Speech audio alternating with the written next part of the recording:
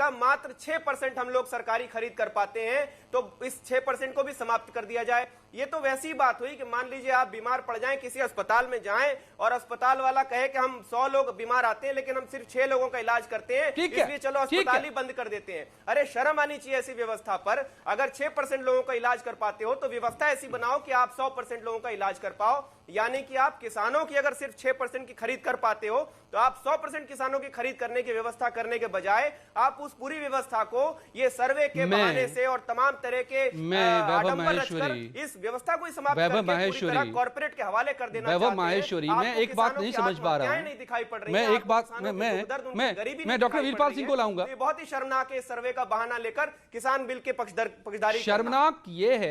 शर्मनाक ये है कि अब तक किसानों को उसी एपीएमसी और उसी एमएसपी के जाल में फंसा कर रखा गया। 70 सालों में किसान इस देश का गरीब और गरीब और गरीब और गरीब होता गया।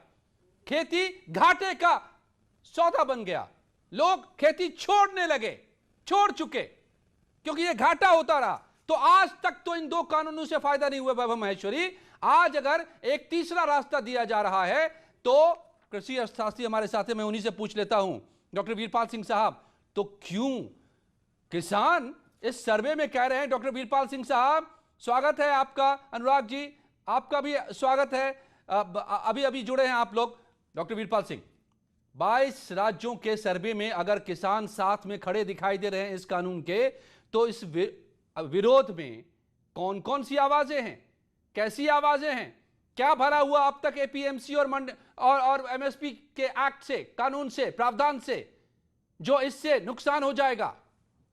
डॉक्टर वीरपाल सिंह देखो, हाँ, मैं एक बार अपना क्वेश्चन रिपीट करना है प्लीज।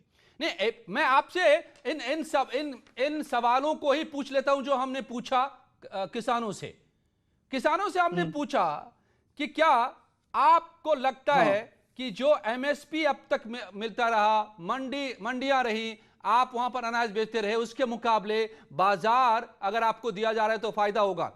और आपको जानकर हैरानी होगी कि केरल, महाराष्ट्र, राजस्थान, पंजाब, बिहार, यूपी नहीं सुन पा रहे। अनुराग भदौरिया, आप पहले दे दीजिए जवाब, डॉक्टर वीरपाल सिंह के बाद में।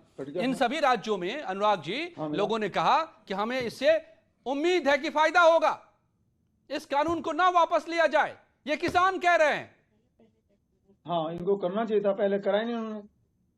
हेलो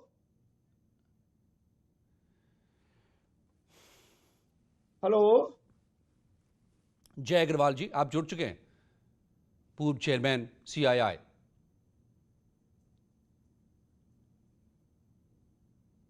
जय अग्रवाल साहब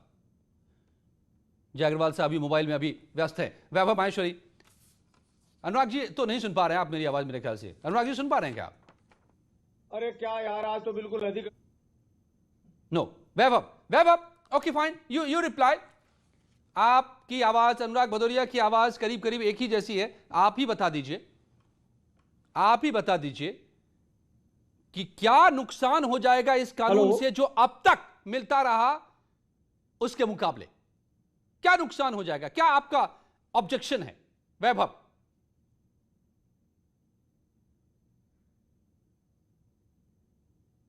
आवाज वैभव की दीजिए। मान लीजिए एक रोगी अस्पताल जाता है, रिपोर्ट में समझ में आता है कि उसके बहुत ज्यादा गंभीर बीमारियां हैं, लेकिन डॉक्टर उससे पूछता है थोड़ी देर बाद मीठे बोल बोलकर कि अब तुम्हें कैसा महसूस हो रहा है, वो कहता है कि मैं अच्छा हो जाएगा।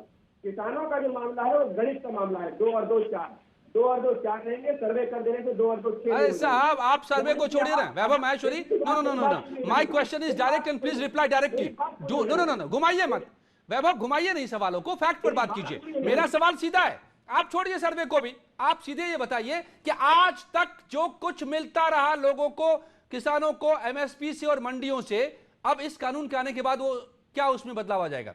क्या उसमें नुकसान क्या हो जाएगा? आ चुका है कि जो धान 2000 रुपए क्विंटल बेचा जाता था, आज वो धान 800 रुपए क्विंटल भी किसानों को गलत, मिल रहा है। रॉन्ग। आप गए हैं मंडी कभी वैभव? हैव यू सीन एनी मंडी? आपने कभी मंडी देखी है? गए मंडी?